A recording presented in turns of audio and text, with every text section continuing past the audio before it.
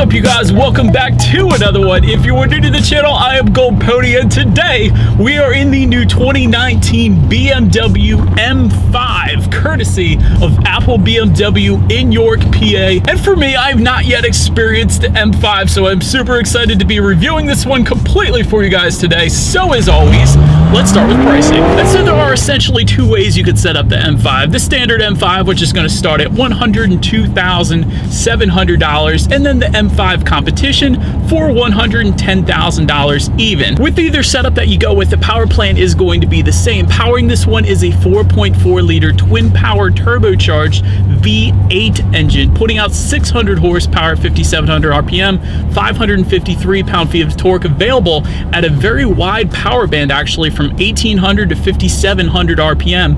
Power is going to be sent to all four wheels through BMW's four-wheel drive system, and that power is going to be sent to the ground through an 8-speed automatic with paddle shifters and launch control. We will be testing out the paddle shifters in a little bit here, but when you put all of that together, 0 to 60 time for the standard M5 comes in at 3.2 seconds. This is a family sedan that can hit 60 in 3.2. That is just ridiculous. And as you can imagine, it gets better with the M5 competition. That's going to add 17 horsepower, giving you a 0 to 60 time of 3.1, top speed 190 miles per hour if you wanted to test it out on the Autobahn. And in case you were curious, MPG numbers come in at approximately 15 in the city, 21 on the highway, with auto start stop functionality. So when you stopped at a stop sign, it's going to turn the engine off, help save you a couple MPGs, and you can turn that feature off if you wanted to as well. But so now, before I do the paddle shifter test, I did want to mention there are an additional 2 paddles, if you will, on the steering wheel in red. If you were curious what those are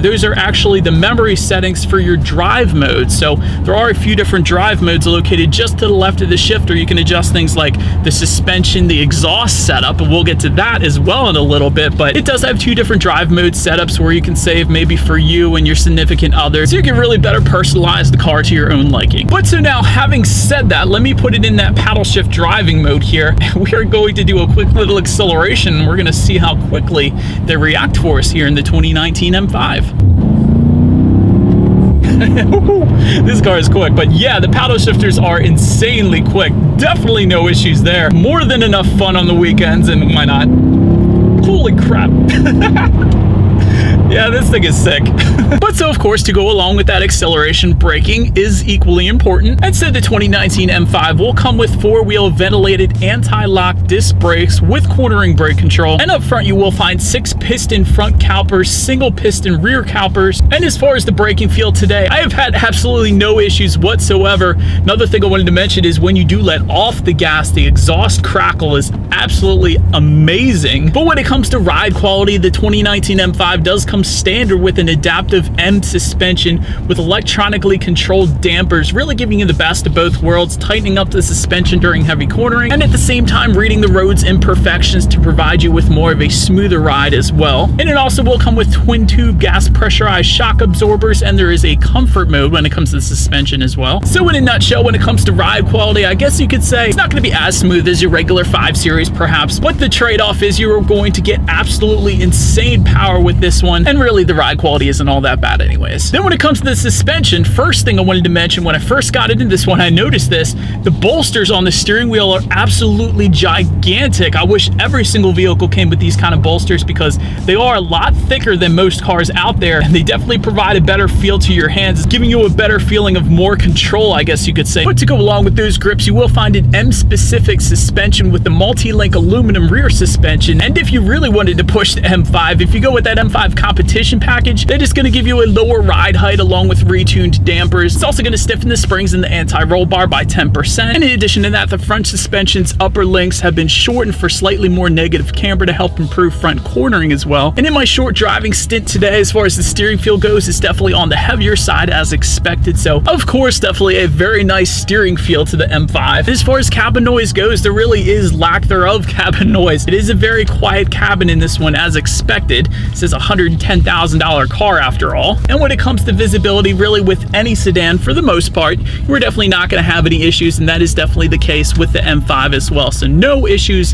whatsoever for me. One additional thing when it comes to that visibility, there is also a head-up display, and a very large head-up display, I will say as well, giving you not only your speed, but the speed limit of any given road and your RPMs up there as well. That is definitely very nice. And the thing with this head-up display is you can adjust it vertically and from side to side as well. So that is definitely something I thought worth mentioning. But enough with the driving dynamics, you guys. Let me get in place here and let's check out the exterior of this new 2019 BMW M5. And so then taking a look up front, to the sides, you will find icon adaptive full LED headlights that will come standard, and they are going to come with automatic high beams as well, so you don't have to worry about that at night. But within that front grille, you will find a subtle M5 logo distinguishing itself from the rest of the 5 Series lineup. Then make your way to the sides. There is that M designation within that front fender. When it comes to the wheel setup on the M5, you will find a staggered fitment, 19 by 9.5 inches up front, 19 by 10.5 inches in the back.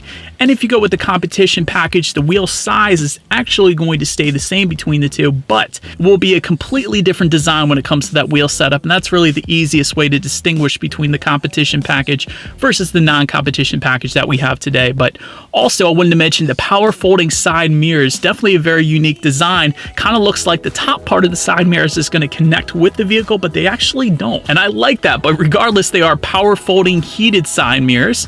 And make your way to the back, you will find an M-specific rear spoiler just below that, LED taillights, and just below that, you will also find a center rear diffuser along with dual exhaust outlets with quad tips. And since I have continuously mentioned the exhaust throughout this video, one of my favorite parts about the M5, you can indeed adjust that exhaust note. And by the way, the standard setup on the M5 is with that more pronounced exhaust system enabled, so that is pretty sweet. So you actually have to push the button to turn it off, because of course if you're driving an M5, it has to sound like a performance car, and it does. So now that I have described it in detail, let me let you guys hear it for yourself, and as always, here is that exhaust clip.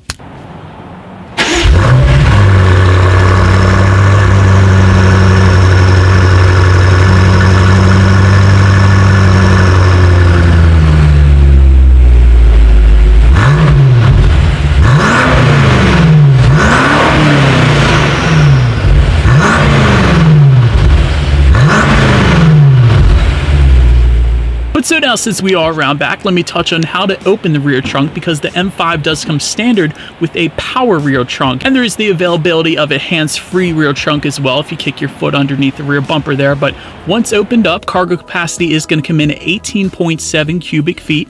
If that was not enough space for you, there is a 40-20-40 rear split. So translation, you can fold down those rear seats for a ton of added space if you needed it there.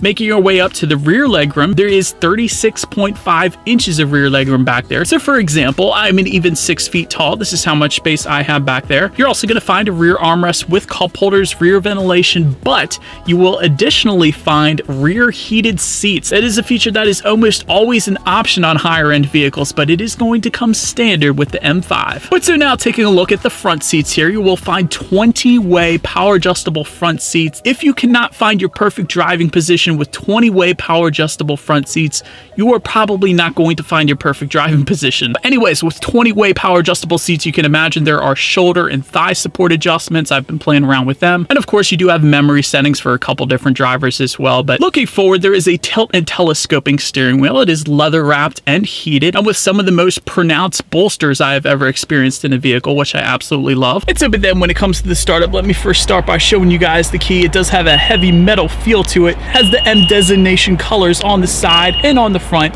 Lock, unlock, and the lock button is the BMW logo, but also the button to pop the rear hatch. But I am simply just going to put my foot on the brake here and press that red engine start button located just above the driver's right knee. When it comes to the gauge setup, you will find a 12.3-inch digital gauge cluster, and it is actually fully digital. There is a speedometer on the left, tachometer is going to be on your right. There is a small M5 designation within that tachometer, which looks really cool. And of course, you will find your trip information, different driving mode information, and whether or not you're in two-wheel drive or four-wheel four-wheel drive.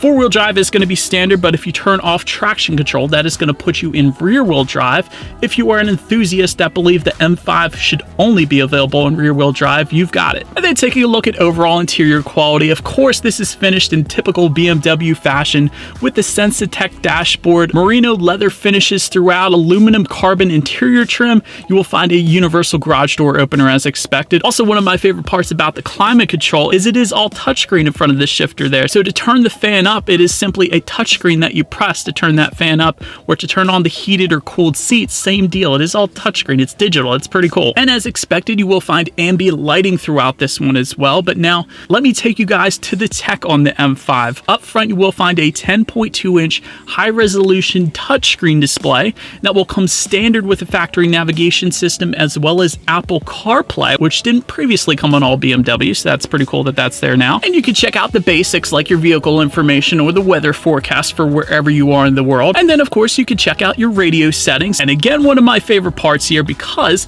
standard sound system on the 2019 M5 is going to be a 16-speaker Harman Kardon surround sound system with 600 watts, ambient lighting within the front speaker that I noticed there. That is pretty intense as well, and you can turn that off if you wanted to, but 16 speakers and 600 watts, I think you guys know what we have to do next. Let's turn on the radio and test out the clarity of this one. Definitely a ton of bass, crystal clear, ton of loudness.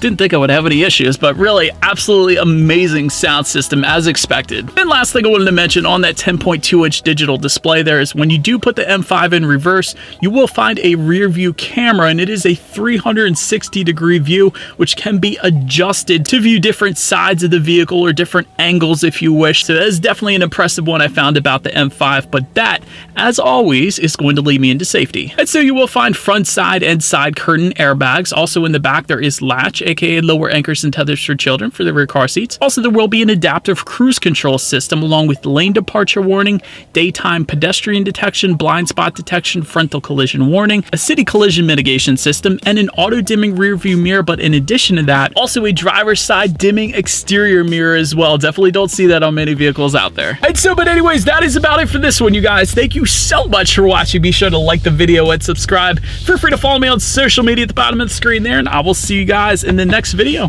Stay gold.